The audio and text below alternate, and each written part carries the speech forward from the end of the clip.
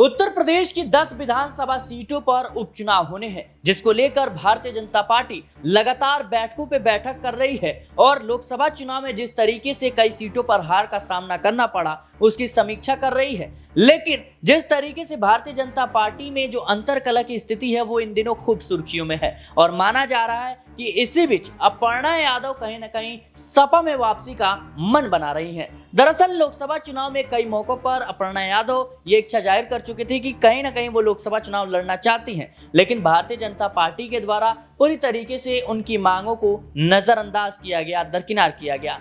अब माना जा रहा है कि अपर्णा यादव जिस तरीके से परिस्थितियां देख रही हैं भारतीय जनता पार्टी में, लगातार डिप्टी सीएम की कुर्सी को लेकर के अंतरकलह जो है वो खुले तौर पर देखने को मिल रही है और भारतीय जनता पार्टी खुद दो गुटों में बढ़ती हुई नजर आ रही है। वहीं योगी आदित्यनाथ के खिलाफ लगातार सहयोगी जो है वो सवाल खड़े करते हुए नजर आ रहे हैं। इसी बीच कहीं ना कहीं अपर्णा यादव की वापसी की खबरें जो है वो मानी जा रही है। अपर्णा यादव समाजवादी पार्टी में वापसी कर सकती हैं। अब इस मामले में क्या कुछ होता हुआ नजर आएगा, इसी मुद्दे पर बातचीत करेंगे हम नाज़मीन से। नाज़मीन, क्या लगता है आपको, जिस तरीके से भारतीय जनता पार्टी में अंतरकलह की स्थिति मची हुई है और खबरें जो है लगातार आ रही हैं अपर्णा यादव को लेकर के कि अपर्णा यादव कहीं ना कहीं अब खुद को असहज महसूस कर रही हैं, भारतीय जनता पार्टी में अपमानित महसूस कर रही हैं, सपा में वो वापसी कर सकते हैं, क्या देखते हैं आप? देखिए, अगर वो खुद को अपमानित महसूस करती भारतीय जनता पार्टी में तो अब से पहले वो समाजवादी पार्टी का हिस्सा बन जाती, लेकिन 2022 से लेकर 2024 आ जाता है। 2024 भी अपनी समाप्ति के कगार पर है।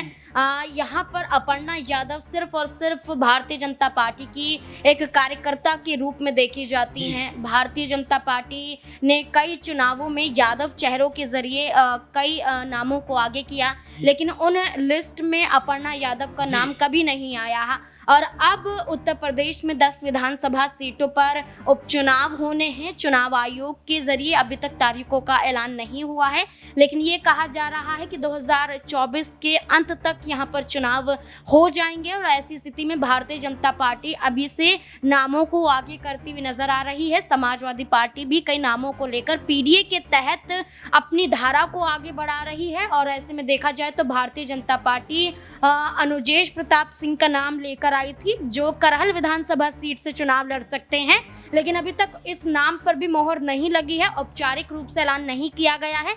लेकिन अपर्णा यादव की बात करें तो अपर्णा यादव हाल फिलहाल में ना किसी बड़े मुद्दे पर अपना बयान देती हुई नजर आई हैं और ना ही सोशल मीडिया पर एक्टिव हैं।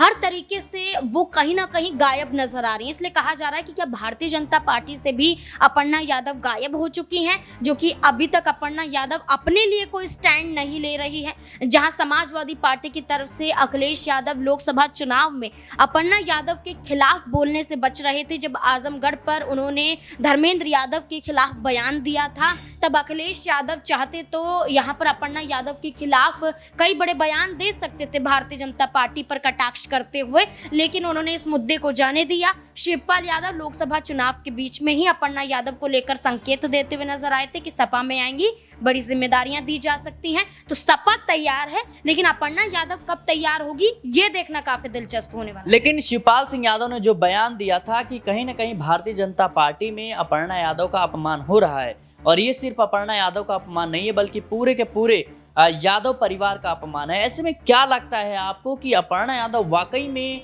खुद को भारतीय जनता पार्टी में असहज महसूस कर रही हैं?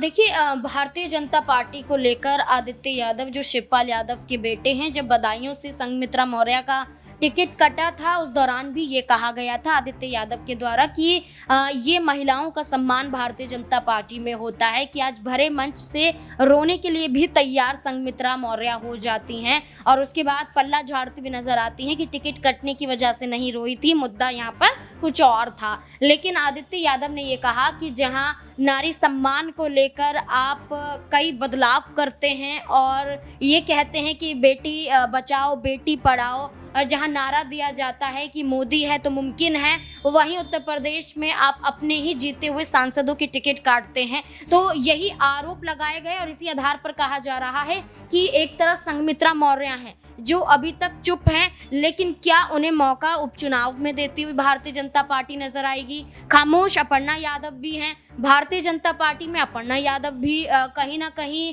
असहज महसूस जरूर कर रही होंगी, या कहें कि विधानसभा चुनाव, राज्यसभा का चुनाव, लोकसभा का चुनाव, विधान परिषद का चुनाव, ये चुनाव कई बीते उत्तर प्रदेश में, क्योंकि 2022 में ही विधानसभा का चुनाव था, लेकिन भारतीय जनता पार्टी ने अपर्णा यादव को जगह नहीं दी। और आज भी ये मौका है कि कई यादव चेहरे भारतीय जनता पार्टी के खिलाफ भारतीय जनता पार्टी को छोड़ने के लिए मजबूर हैं। तो जहां तक मुझे लगता है सिराज की अपर्णा यादव को भी ये कदम उठा लेना चाहिए। क्या लगता है आपको, अगर उपचुनाव से पहले वापसी करती हैं तो कौन सी सीट होगी? क्या वो करहल सीट होगी जहां से अपर्णा यादव को मौका मिल सकता है? देखिए, उत्तर प्रदेश के 10 विधानसभा सीटों के बारे में चर्चा कर लें।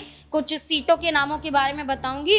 हो सकता है कि पूरी सीटें ना हो, जिसमें कुंदर की विधानसभा सीट आती है, जिसमें आप मिल्कीपुर विधानसभा सीट आती है, कटहरी विधानसभा सीट आती है, मछुआ विधानसभा सीट आती है, खैर विधानसभा सीट आती है, गाजियाबाद विधानसभा सीट आती है, करहल विधानसभा सीट भी आती है, और यहाँ पर फूलपुर विधानसभा सीट, जैसा आपने कहा मीरापुर विधानसभा सीट, ये तमाम सीटें हैं जिस पर उपचुनाव होना है। और समाजवादी पार्टी की जिताऊ सीटें 5 सीटें हैं, और संजय निषाद और जयंत चौधरी पार्टी की बात करें तो 1 सीट उनकी जिताऊ सीट है, 1 सीट यहाँ पर निषाद पार्टी की जिताऊ सीट है, और कुल मिलाकर 3 सीटें हैं जिस पर भारतीय जनता पार्टी का कब्जा है। लेकिन अब ये सहयोगी दल एनडीए के साथ है तो 5 सीट वहां, 5 सीट वहां। लेकिन सवाल ये उठ रहा है कि भारतीय जनता पार्टी अपने सहयोगी दलों को कितनी सीटें देगी? 1 पर सिमटा देगी, या जो 2 से 3 सीटों की मांग कर रहे हैं उतनी सीटें देती हुई नजर आएगी?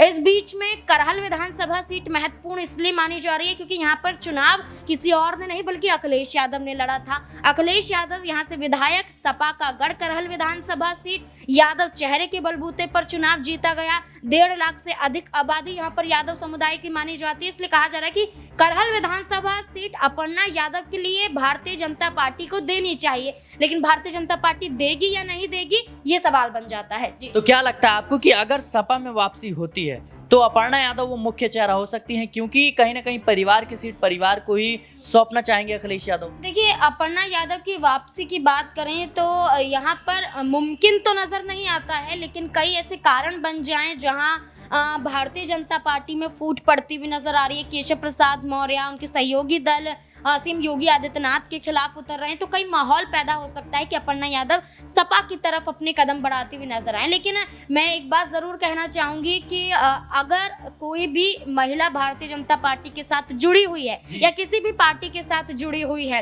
अगर भारतीय जनता पार्टी आपका सम्मान के साथ स्वागत करती है, लेकिन वो सम्मान आपका 2 से 3 सालों में खत्म हो जाता है, तब आपको अपने लिए स्टैंड लेना भी जरूरी हो जाता है। तो अपर्णा यादव के लिए यही कहा जाएगा कि ये उपचुनाव उनके लिए आखिरी समय होगा कि वो इंतजार करें। अगर 27 के विधानसभा चुनाव से पहले अपर्णा यादव ने फैसला नहीं लिया तो अपर्णा यादव का जो राजनीतिक करियर है वो कहीं ना कहीं समाप्ति की ओर अग्रसर होता हुआ नजर आएगा। जी बिल्कुल, अपर्णा यादव का जो राजनीतिक सफर है वो कहीं ना कहीं थमता हुआ नजर आ सकता है, क्योंकि देखा जाए तो भारतीय जनता पार्टी ने उनकी उम्मीदों पर पानी फेर दिया। यानी जिस उम्मीद से सपा से बगावत कर भाजपा में अपर्णा यादव आई थी कि शायद उन्हें चुनाव लड़वाया जाएगा, विधायक बनवाया जाएगा, सांसद बना दिया जाएगा, लेकिन ऐसा होता हुआ नजर नहीं है। और अपर्णा यादव महज कार्यकर्ताओं की तरह ही अभी भारतीय जनता पार्टी में। बहरहाल देखना होगा कि जो पूरा का पूरा इस वक्त सियासी माहौल गरमाया हुआ है, अपर्णा यादव की नाम की चर्चा लगातार देखी जा रही है। क्या वाकई में अपर्णा यादव वो वापसी करती हुई नजर आ सकती हैं? फिलहाल के लिए इस रिपोर्ट में इतना ही।